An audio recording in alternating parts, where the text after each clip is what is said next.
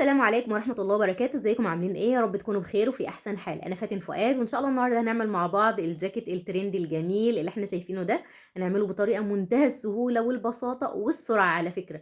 وعلى انه غرزته تعتبر ضيقة زي ما احنا شايفين كده، يعني شبه التريكو شوية، بس سهل جدا جدا وبسيط والله وسريع جدا كمان. الجاكيت ده بطوله ده اخد معايا 800 جرام خيط، لانه زي ما احنا شايفين كده طويل. اما لو حابه انك تعملي نفس الجاكيت اللي هو ده اللي طلع قدامك على الشاشه حالا ده، هتستخدمي خيط يكون فتلته ارفع من كده شويه من اللي انا استخدمته ده، لان اللي انا استخدمته فتلته كانت سميكه. تستخدمي خيط يكون فتلته ارفع شويه، مثلا ممكن هيمالايا افريداي، ممكن برنسس سوفتي، ممكن كارما سوفت. حاجه تكون ارفع شويه من اللي انا استخدمته ده. وهتستخدمي تقريبا من 500 ل 600 جرام علشان تعملي المقاس القصير منه. تمام. اما اللي انا نفذته بقى في الفيديو ده اخد 800 جرام خيط، لانه زي ما انتم شايفين طويل. كمان فتلته سميكه، والفتله السميكه بتسحب خيط اكتر شويه من الفتل اللي هتكون رفيعه. تمام. ان شاء الله نعمله مع بعض بمنتهى السهوله. اتمنى الفيديو يعجبكم وتستفيدوا منه. طبعا يساعدني جدا انضمامكم للقناه بالضغط على كلمه اشتراك او سبسكرايب المكتوب باللون الاحمر تحت الفيديو. كمان هيظهر لكم جرس بالضغط عليه يوصلكم اشعار بكل فيديو جديد بعمله. كمان يا ريت ما تنسوش تعملوا لايك للفيديو عشان يوصل لاكبر عدد من الناس والكل يستفيد باذن الله. واكيد اكيد اكيد ما تنسوش تكتبوا لي رايكم في التعليقات وبتشوفوني من اي بلد، لان ده بيشجعني وبيفرق معايا كتير جدا جدا جدا. يلا بقى نبدا على طول ونقول بسم الله ونشوف هنعمل ايه. بالنسبه للخيط اللي هستخدمه، هستخدم خيط اسمه فوليا. هو خيط استوكات زي ما انتم شايفين كده، فتلته سميكه شويه. وهستخدم معاه ابره رقم 4.5. شوف الخيط اللي هتستخدميه على حسب الابره المناسبه ليه استخدميها. يعني لو خيط ارفع من كده هنصغر الابره، لو اتخن من كده هنكبر الابره. تمام. هحتاج المازوره والمقص والماركرز، دول ممكن نحتاجهم ممكن نستغنى عنهم، مش ضروريين قوي يعني. تمام. البدايه بتكون باننا بنشوف المقاسات اللي انا كاتباها عندي، دي اللي لازم تكون معايا، اللي هي دوران الصدر ودوران الارداف. لازم يكون معايا المقاسين دول، وطول الجاكيت اللي انا عايزاه، وطول الذراع، والمعصم كمان. هي دي المقاسات اللي انا هحتاجها علشان اعمل الجاكيت بتاعي. انا اللي عندي البنوته اللي انا هعمل لها الجاكيت، دوران الصدر ودوران الارداف عندها نفس القياس 100 سنتي. تمام. والطول بتاع الجاكيت هو طويل، يعني لحد هنا كده زي ما هو باين على الرسمه كده، تحت الحوض بشويه، يعني طويل شويه. تمام. طوله بالنسبه لها عايزاه يكون 67 سنتي. فشوف الطول اللي انت عايزاه، هو ده اول قياس هنحتاجه.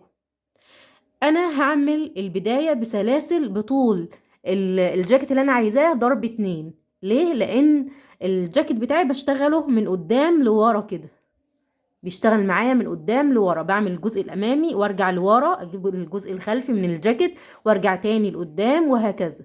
تمام. يبقى دلوقتي البداية هنعمل ايه؟ هنبتدي نعمل سلاسل بطول الجاكيت اللي انا عايزاه ضرب 2. تمام. هبتدي اعمل عقدة البداية بالشكل ده كده، او باي طريقة تحبيها. وهعمل سلاسل بطول الجاكيت ضرب 2، لان زي ما قلنا هنشتغل الامام والخلف مع بعض. مفيش مضاعفات لاعداد ولا اي حاجة، بتشتغلي سلاسل بالطول المطلوب وتعملي زيهم كمان مرة للجزء اللي ورا. تمام. هعملهم وارجع لكم واقول لكم عملت كام سلسلة وهنقسهم مع بعض ونكمل شغلنا ان شاء الله. خلصت كده، عملت سلاسل بالطول المطلوب، دول 188 سلسلة، وطولهم هما الاتنين مع بعض كده 75 سنتي، يعني القطعة على بعضها 150 سنتي لو فردتها. انا طول الجاكيت بتاعي زي ما قلت لكم كان المفروض انه يكون كام؟ كان المفروض انه يكون 67 سنتي، ولكن انا زودت خليتهم 75 سنتي. ليه؟ علشان الخيط بيلم معايا، فعلشان احتمالية ان الخيط هيكش بزود 7 سنتي او 10 سنتي علشان يكون في الامان يعني. تمام. دلوقتي بقى انا هستخدم الماركرز في ايه؟ هعلم اول 10 غرز اهو، اول 10 سلاسل معايا: 1 2 3 4 5 6 7 8 9 10. في الغرزة رقم 11 هحط الماركر ده. تمام. دي هتكون الكاميرا اللي قدام او اللي ورا مش فارقة. بروح على الطرف التاني للسلسلة اهو، وبعلم برضو 10 غرز، 10 سلاسل: 1 2 3 4 5 6 7 8 9 10. في الغرزة رقم 10 المرة دي بحطها في الغرزة رقم 10. تمام. علشان اعلمها بالشكل ده كده. تمام. في الناحية دي بقى هشتغل ايه؟ هشتغل ال10 غرز اللي قبل الماركر دول هشتغلهم منزلقة. ازاي؟ هرتفع سلسلة بالشكل ده كده، وهبتدي اشتغل منزلقة. منزلقة اني بدخل كده واسحب الخيط واخرجه بالشكل ده كده، واخرجه كمان من اللفة اللي معايا على الابرة كده بمنتهى البساطة. اروح على الغرزة اللي وراها، بدخل كده اسحب الخيط واخرجه من اللفة اللي معايا على الابرة كمان بالشكل ده اللي وراها. ال10 غرز الاولانيين دول 10 سلاسل بعملهم منزلقة بالشكل ده، لان ده بتكون الكاميرا او الاستك بتاع الجاكيت من تحت. تمام. حاولي تريحي ايدك فيهم، يعني ما تشديش قوي، علشان لو شديتي ايدك هيكون صعب الشغل فيها قوي، وكمان هتضيق لك الاسوره اللي هي الاستك ده قوي، هيبقى ضيق قوي. احنا كده وصلنا للغرزه اللي فيها الماركر اهو. هشيل الماركر وهبتدي اعمل ايه؟ اشتغل حشو في اللفه الخلفيه. بدخل كده اسحب الخيط واخرجه واعمل غرزه حشو كده. ادخل كده اسحب الخيط واخرجه، وبعدين اسحبه واخرجه من اللفتين بالشكل ده كده. دي غرزة حشو عادية خالص اهي. هكمل بنفس الغرزة دي لغاية ما اوصل للماركر التاني هنا في الناحية التانية. اشتغل ال اهو، اشتغل الغرز دي كلها كده بغرزة الحشو لغاية ما اوصل لايه؟ لل10 غرز الاخر دول. هعملهم زي دول، هشتغل بس الحته دي لحد ما اوصل للماركر ده، وهرجع لكم نكمل شغلنا مع بعض. وصلت كده ل10 سلاسل اللي في الاخر عند الماركر اهو. عملت كل الغرز اللي في النص غرزه الحشو، ودلوقتي هشيل الماركر وابتدي اشتغل منزلقه زي ال10 سلاسل اللي في الاول. تمام اهو.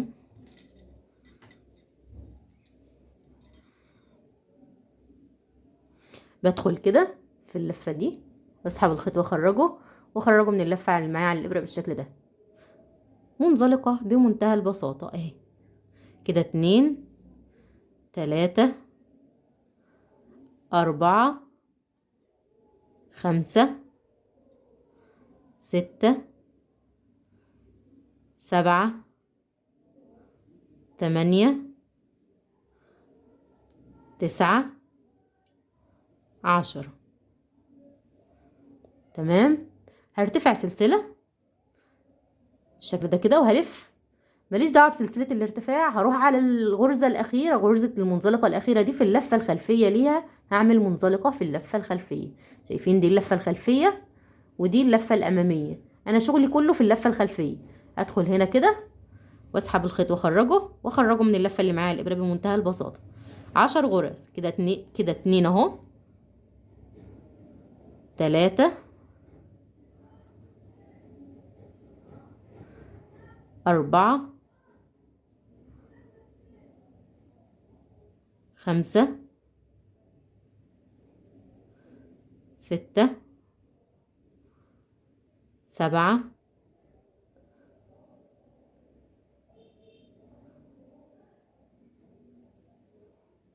8 9 10. هكمل حشو في اللفة الخلفية. كل الغرز الحشو دي هشتغل فوقها حشو في اللفة الخلفية زي ما قلت لكم. دي اللفة الخلفية ودي اللفة الأمامية. هدخل في اللفة الخلفية واسحب الخيط واخرجه. بقى كده معايا لفتين على الإبرة، اسحب الخيط واخرجه من اللفتين بمنتهى البساطة. اروح على الغرزة اللي وراها في اللفة الخلفية برضو اهو بالشكل ده كده لغاية ما اوصل لل10 غرز اللي في الآخر اللي هما المنزلقة في الناحية التانية هنا. دول هشتغلهم منزلقة برضو في اللفة الخلفية زي ال10 الأولانيين. تمام كده. يبقى اشتغل دول للآخر، وهعمل كمان لحد ما اوصل لاخر غرزة في السطر. هوريلكم بنقفله ازاي لانه قفله مختلف. اخر غرزة بس هرجع لكم نقفلها مع بعض ونرتفع للسطر اللي بعده ونكمل شغلنا مع بعض ان شاء الله. وصلت كده لاخر غرزة في السطر اللي قلت لكم هنعملها بشكل مختلف. هو المفروض ان ال10 غرز اللي في الاخر دول بنعملهم منزلقة، في اللفة الخلفية، صح كده؟ الغرزة الأخيرة دي بس هنعملها منزلقة بس على الغرزة كلها علشان يكون الطرف متماسك وشكله حلو. فهدخل تحت الغرزة كلها بالشكل ده كده، شايفين ازاي اهو، شايفين ازاي تحت اللفتين مش تحت لفة واحدة اهو. ادخل كده واسحب الخيط واخرجه من اللفة اللي معايا الابرة بالشكل ده كده، تمام. وهرتفع سلسلة وهلف وهشتغل العشر غرز الاولانيين. طبعا ماليش دعوه بسلسله الارتفاع، دي الغرزه الاخيره اهي، غرزه المنزلقه الاخيره، شايفين ازاي الارتفاع ماليش دعوه بيه. ادخل في الغرزه المنزلقه الاخيره دي واعمل منزلقه في اللفه الخلفيه اهو، واللي وراها هكذا. العشر غرز الاولانيين منزلقه في اللفه الخلفيه، كل الغرز اللي في النص دي حشو في اللفه الخلفيه لغايه ما اوصل للعشر غرز الاخر اعملهم منزلقه في اللفه الخلفيه، والغرزه الاخيره بقفلها بمنزلقه على الغرزه كلها مش في اللفه الخلفيه بس. بكرر بقى سطور بوسع الجاكيت اللي انا عايزاه. يعني شوفي الجاكيت اللي انت عايزاه، الوسع بتاعه، المقاس بتاعه، دوران عندك، دوران الارداف اهو، بصوا كده، شوفي دوران الارداف عندك او دوران الصدر، مين فيهم اللي مقاسه اكبر؟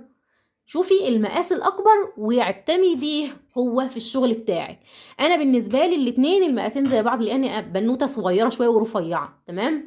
فالمقاس عندها دوران الصدر ودوران الارداف الاتنين 100 سنتي. فالمفروض ان انا دلوقتي هعمل القطعه بتاعتي دي هعملها بعرض كام سنتي؟ هعملها بعرض 25 سنتي اللي هو ربع الرقم ده. ليه؟ لان انا شغاله كده في الحته دي، الحته دي اللي هتطلع من هنا، يعني دي نص النص اللي هنشتغلوا مع بعض، ده نص النص الامامي والنص الخلفي كمان معاه، تمام. فالمفروض ان انا دلوقتي اشتغل كام؟ عرض القطعه بتاعتي يكون 25 سنتي، وهو المفروض ان هو الجاكيت ده بيكون نظامه اوفر سايز فبيكون واسع، فهو كده كده لسه هيوسع لان لسه في مرد هيتعمل هيدي لي اتساع كمان، وكمان في الحته اللي ورا الرقبه من ورا هتتعمل برضو هتديني اتساع كمان. فده هيكون هو بقى اللي هيعمل نظام الاوفر سايز، انما انت هتمشي على المقاس اللي انت عايزاه في القطعه الاولانيه دي بالظبط. لو انت عايزاه تعمليه اللي هو اوفر سايز لازم تعملي ربع دوران الارداف او الصدر على حسب مين فيهم اللي اكتر عندك، تمام. طيب لو انت عايزاه يكون يعني يدوب على المقاس مش واسع مش اوفر سايز، هتنقصي بقى تقريبا، يعني مثلا المفروض ان هو لو كان 100 سنتي زي عندي هنا كده 100 سنتي او هنا ايا كان المقاس اللي عندك الاكبر اللي هتشتغلي بيه، هتنقصي منه 5 سنتي مثلا، من الربع 5 سنتي، يعني لانه لسه في حاجات تانية هتتعمل زي ما قلت لك، لسه في مرد ولسه في الجزئيه اللي بتبقى ورا الرقبه دي.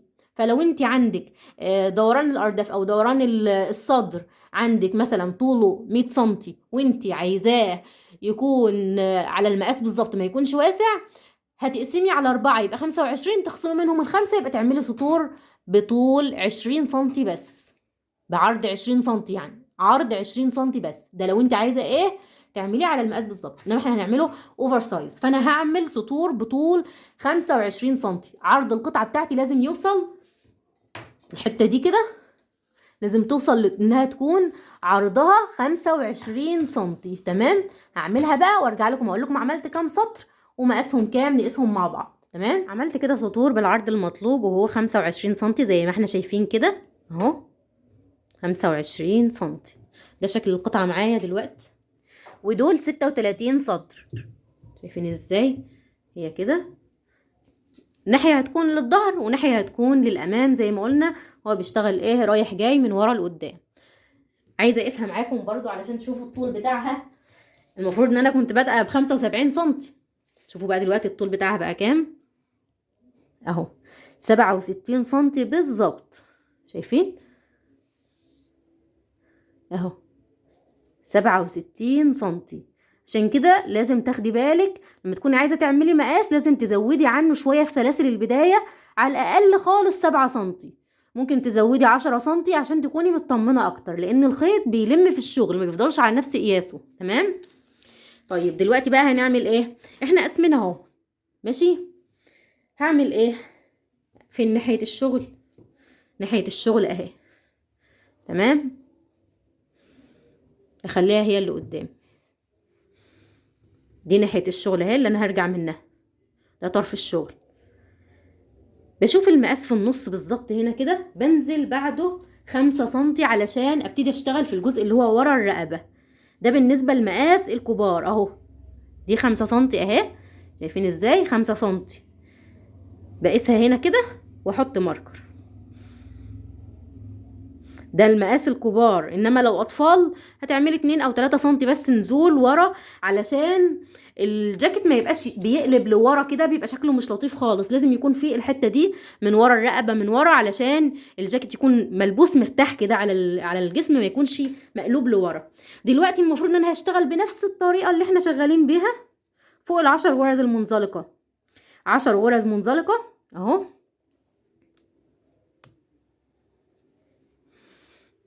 دي غرزة المنزلقة اهي، انا عاملة ارتفاع سلسلة هفكها اهو. دي كده نهاية السطر. هرتفع سلسلة وهلف وهشتغل فوق المنزلقات ال10 الغرز المنزلقة دي، اشتغلهم منزلقة اهو. 2 3 4 5 6 7 8 9 10. وبعدين هشتغل فوق كل غرز الحشو دي غرز حشو لحد ما اوصل لايه، للماركر اللي انا حطاه ورا. شايفين ازاي اهو؟ نرجع كده اهو، ده الماركر اهو. اشتغل الجزئيه دي كلها بقى حشو في اللفه الخلفيه زي ما احنا شغالين خالص بمنتهى البساطه اهو.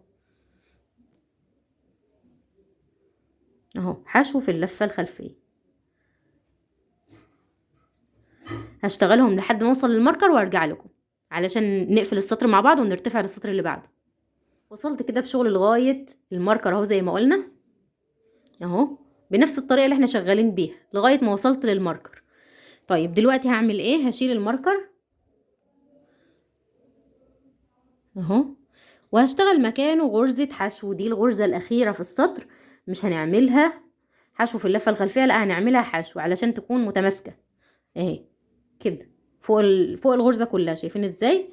مش في اللفة الخلفية، لا فوق الغرزة كلها هعملها غرزة حشو بالشكل ده كده. وبعدين هرتفع سلسلة وهلف الشغل بتاعي وهشتغل فوق كل غرزة حشو من دول حشو في اللفة الخلفية اهو، وال10 غرز المنزلقة اللي في الاخر اشتغل فوقهم برضو منزلقة. شايفين ازاي؟ بمنتهى البساطة لحد ما اوصل للجزئية بتاعة اللي هي اللي ورا الرقبة دي تكون مقاسها مناسب بالنسبة للمقاس اللي انا هعمله. انا بالنسبة للمقاس اللي انا هعمله هعمل سطور بطول نقول 10 سنتي مثلا. هعمل سطور بطول 10 سنتي، مش عارفة هيكونوا كام سطر، هعملهم وارجع لكم اقول لكم عملت كام سطر ونشوف مع بعض هنعمل ايه بعد كده. خلصت كده عملت سطور بمقاس 10 سنتي زي ما قلت لكم اهو. دول 10 سنتي بالظبط. المفروض دول انا عملتهم 14 سطر بنفس الطريقه اللي قلنا عليها، حشو في اللفه الخلفيه وال10 غرز اللي في الطرف معمولين ايه، منزلقه في اللفه الخلفيه. تمام. دلوقتي بقى المفروض هنبتدي نشتغل الجزء الثاني من الجاكيت. احنا عملنا الجزء الاولاني اهو، هنعمل بقى نفس السطور دي بالظبط في الناحيه الثانيه هنا.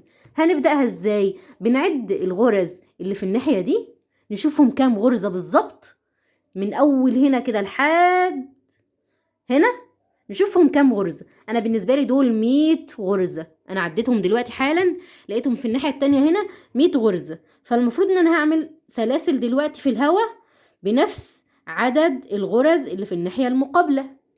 تمام. فدلوقتي هبتدي اعمل ايه؟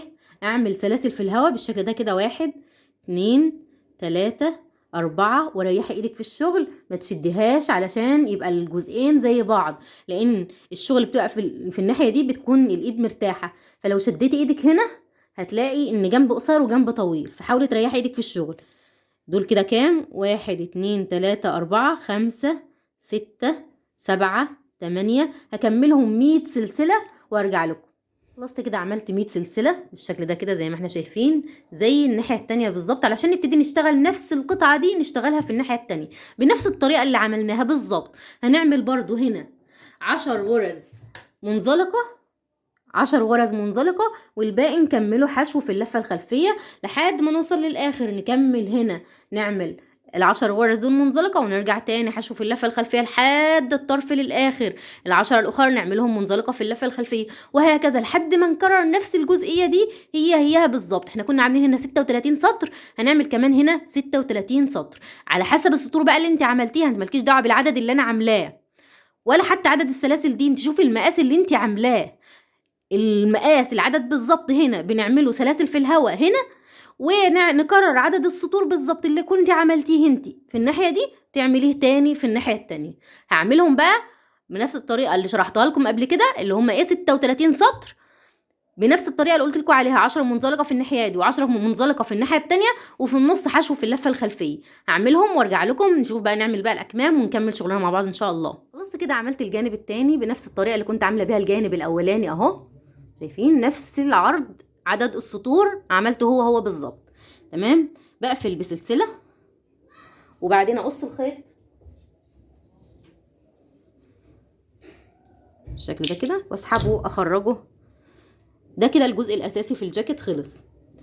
شايفين بقى بيكون شكله ازاي اهو، يكون بالشكل ده كده.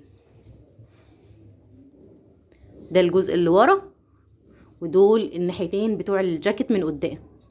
طيب دلوقتي المفروض هنبتدي نعمل الكم بتاع الجاكيت. هنعمل قياس الكم ازاي؟ انا المفروض ان انا ايه، المقاس اللي انا هعمله هنا طول الكم بتاعه 60 سنتي. تمام. القطعه دي بتنزل على الكم، بتاخد منه جزء كبير. المفروض ان احنا بنحط الجاكيت على الشخص اللي هيتعمل له، لو كان موجود. مش موجود هنخصم مسافه سقوط الجزء ده على الكم، اللي هي بتكون تقريبا تلت الكم او ربعه، او على حسب ما تيجي بقى. يعني انت لو عامله مقاس اوسع من كده المفروض انها هتنزل، ممكن تنزل لحد هنا. لو انت عامله اوفر سايز كتير قوي، عامله سطور كتير قوي من بالشكل ده كده، الحته دي المفروض ان ده هتنزل كتير معاك، ممكن تنزل لحد هنا، فهتعملي الحته دي بس. المفروض هنحط بقى القطعه ديت على الشخص اللي هيتعمل له، ونشوف المقاس اللي باقي نعمل على اساسه السطور بتاعه ايه السلاسل البدايه بتاعه الكم اللي هنعمله. واضح كده؟ انا بالنسبه لي الشخص اللي انا هعمل له مش موجود معايا دلوقتي، فالمفروض ان انا 60 سنتي دول هخصم منهم الربع اللي هم ايه، المفروض يبقى 45 سنتي. هزود عليهم كمان 5 سنتي علشان الخيط لو لم معايا، زي ما قلت لكم الخيط بيلم، فهعمل سلاسل البدايه بتاعه الكم بطول 50 سنتي علشان المقاس اللي انا عاملاه ده. واضح كده؟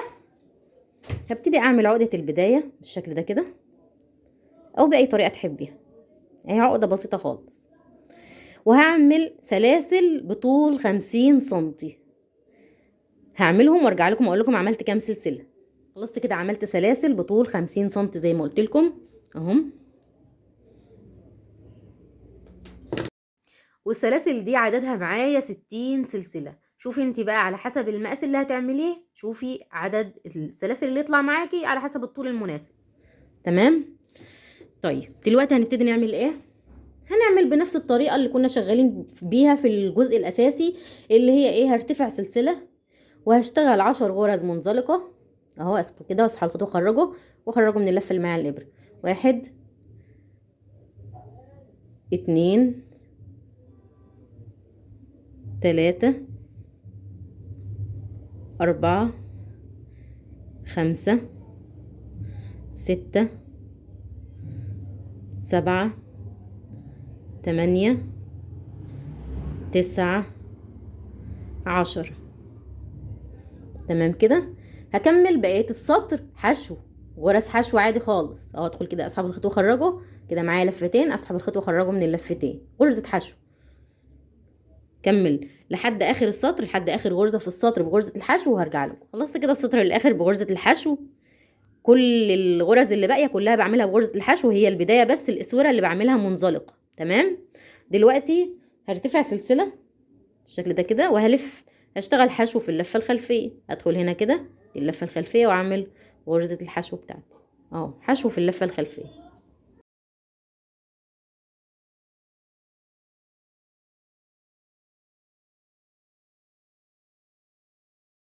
كمل لغايه ما اوصل للغرز المنزلقه اللي هنا وهرجع لكم. خلصت كده، وصلت للغرز المنزلقه اللي في الاخر دي، هشتغلها برضو منزلقه في اللفه الخلفيه. بس خدي بالك لو عايزه الكم يبقى واسع معاكي، شدي ايدك في الشغل على قد ما تقدري، بحيث انها تعرفي تعملي سطور كتير فيديكي كم واسع.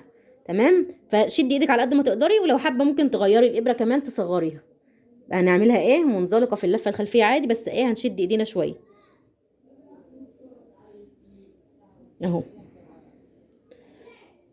وهكمل بقى بنفس الطريقه دي لغايه ما اجيب وسع الكم اللي انا عايزاه، وده هيتحدد من الاسوره، الحته اللي انا شغاله فيها دي، لغايه ما تجيب لي مقاس الاسوره اللي انا عايزاه، اللي هو بالنسبه لي انا المقاس اللي عندي اللي المفروض يكون 24 سنتي. فالمفروض الحته اللي في ايدي دي المنزلقه دي تكون هي ايه مقاسها 24 سنتي. طبعا الغرزه الاخيره دي هنعملها منزلقه على الغرزه كلها، مش في اللفه الخلفيه. اهو بدخل في الغرزه كلها واسحب الخيط واخرجه من اللفه اللي معايا الابره، وارتفع سلسله وهلف واكمل زي ما قلت لكم لغايه ما الحته دي يكون عرضها معايا 24 سنتي. هرجع لكم بعد ما اخلص المقاس المطلوب اقول لكم عملت كام سطر ونقيسهم مع بعض نشوفهم كام سطر. كده عملت الكم بالطريقه اللي قلنا عليها، دول 47 سطر. مقاسهم من هنا 31 سنتي. المفروض ان احنا بنشتغل على اساس الاسوره دي اصلا علشان ده هيكون واسع. اما من هنا مقاس معايا 19 سنتي. 19 سنتي ده لان الاسوره دي زي الاستك كده، لازم نعمل حساب ان هي بتوسع شويه. يعني المفروض ان انا كانت الاسوره معايا تكون 24 سنتي، انا هكتفي بال 19 سنتي دول علشان اعمل حساب ان الوسع ده هي فيها وسع. تمام. طيب الخطوه اللي بعد كده بقى هنعمل ايه؟ هبتدي اقفل الجزئيه دي بغرز الحشو علشان دي اللي هنثبتها في الجاكيت. تمام. برتفع سلسله بالشكل ده كده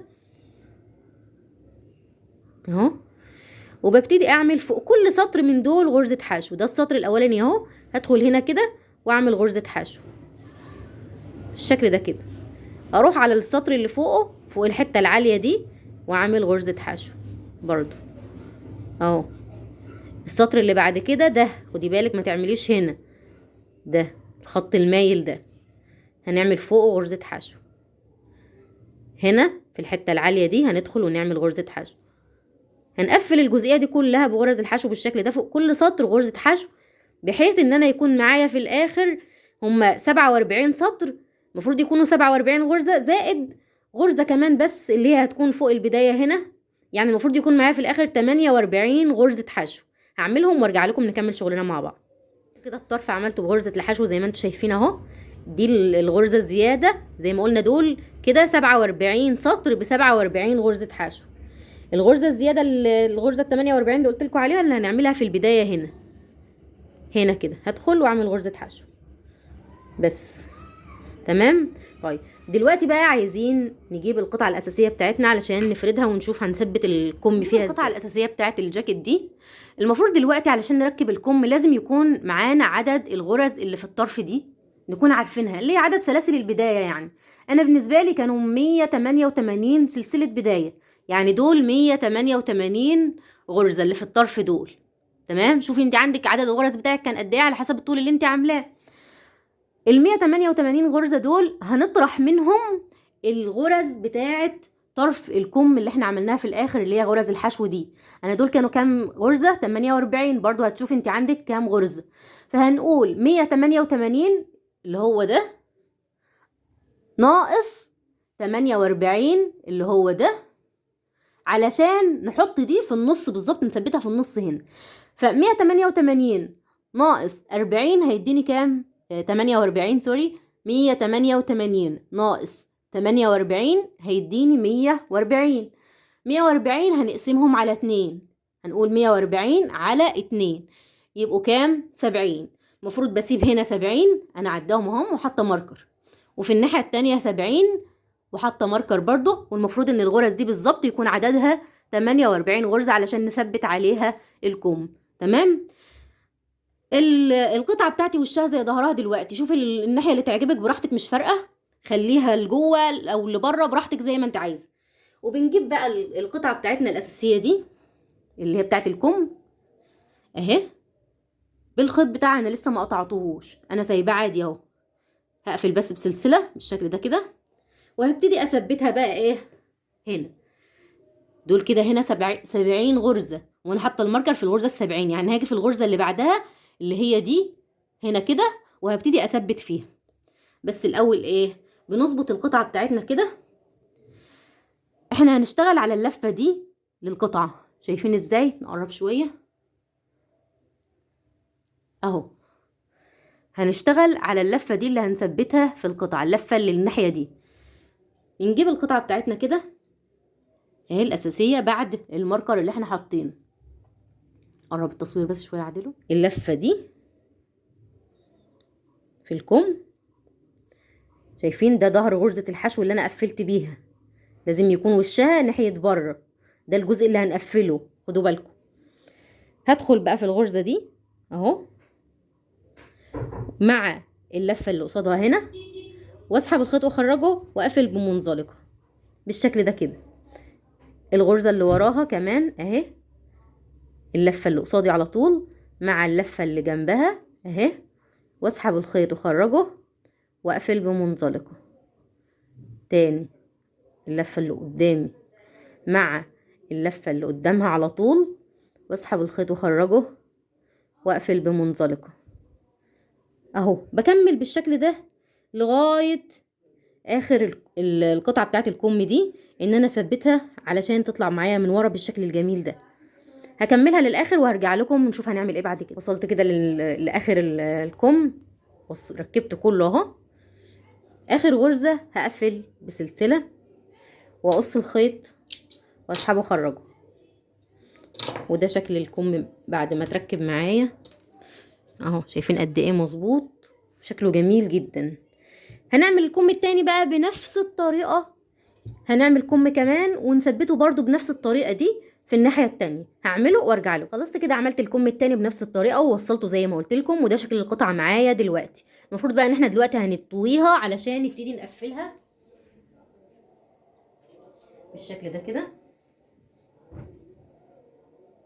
علشان نقفل ايه الجزئية دي كده. واضح؟ باخدها جنب جنب بقى من هنا كده، وابتدي. طبعا انا عارفة ان ده وش الجاكيت وده الجزء ده اللي جوه، تمام؟ فخدي بالك التقفيل بقى هيبقى كده.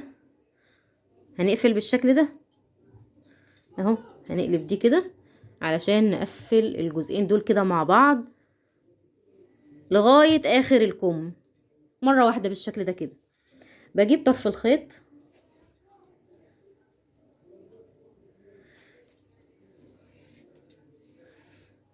اهو، هعقده في الطرف اللي قدامي ده علشان ما بحبش انضف خيوط، فبالمره كده هعقده فيه وابتدي اشتغل على طول بيه.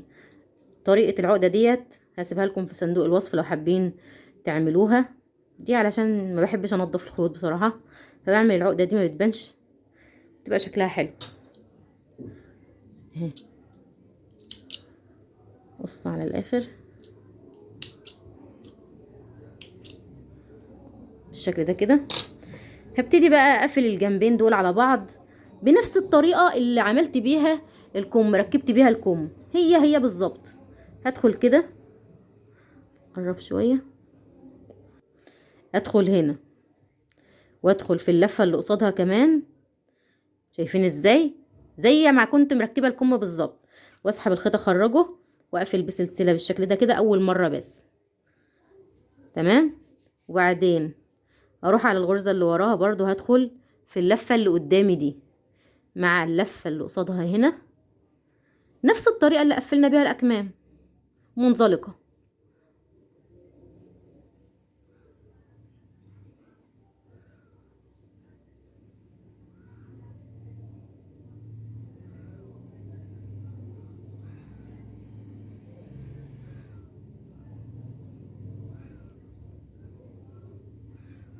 هكمل بالشكل ده لغايه ما اقفل الجانب ده كله كده، والكم كمان، والخيط ده لما اوصل له هاخده معايا اشتغل عليه.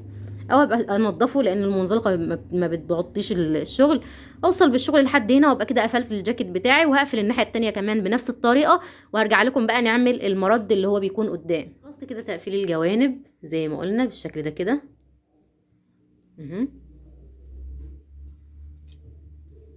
دلوقتي هنبتدي نشتغل في المرد اللي هو الجزء الامامي اللي بيكون ناحيه جوه كده، ده واخد طرف الجاكيت الداخلي ده كله. هنعمله ازاي؟ هنيجي من البدايه من هنا كده،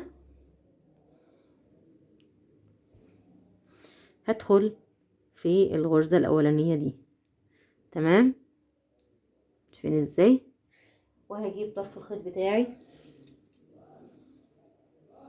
اسحبه واخرجه بالشكل ده كده، واقفل بسلسله، تمام؟ هبقى انضف الخيط ده في الاخر لان انا هشتغل منزلقه. المنزلقه ما بتقفلش على الخيط. هدخل في اللفه اللي قصادي دي كده على طول، اسحب الخيط واخرجه من اللفه اللي معايا الابره. هعمل منزلقه بمنتهى البساطه اهو. حاولي تريحي ايدك لان الشغل في الحته دي لو شديتي ايدك هيبقى صعب عليكي جدا. احنا هنعمل تقريبا 4 أو 5 سطور بالغرزه دي، مش هيبقى كتير يعني، تمام؟ منزلقه بالشكل ده كده. هعمل بالشكل ده لغايه ما اوصل للحته دي. هرجع لكم علشان اقول لكم هنعملها ازاي، الحته اللي هي بتبقى ورا الرقبه دي لانها مش زي دي. لما اوصل هنا هرجع لكم. خلصت الحته دي بغرزه المنزلقه، ووصلت للجزء اللي هو بيكون ورا الرقبه زي ما قلت لكم هنعمله بغرزه مختلفه في السطر ده بس، انما بعد كده هيبقى منزلقه عادي خالص زي وبقيت الغرز. بدخل كده فوق كل سطر بعمل غرزه حشو بس اهو. ده اول غرزه حشو اهي، فوق السطر اللي وراه كمان غرزه حشو اهو، فوق كل سطر غرزه حشو بالشكل ده كده.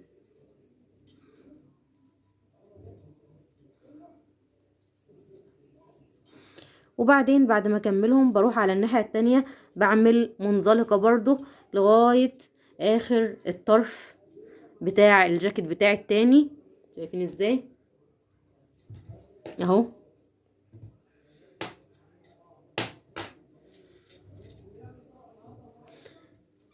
انا هنا دلوقتي هعمل الحته دي بغرزه الحشو زي ما قلنا، ولما اوصل للناحيه التانية دي من الجاكيت هشتغلها منزلقه في اللفه الخلفيه، تمام؟ لان هنا طرف الغرزه لها ناحيتين، مش زي الطرف اللي احنا بادئين منه كان طرف واحد، ما فيش لفتين، هنا لفتين.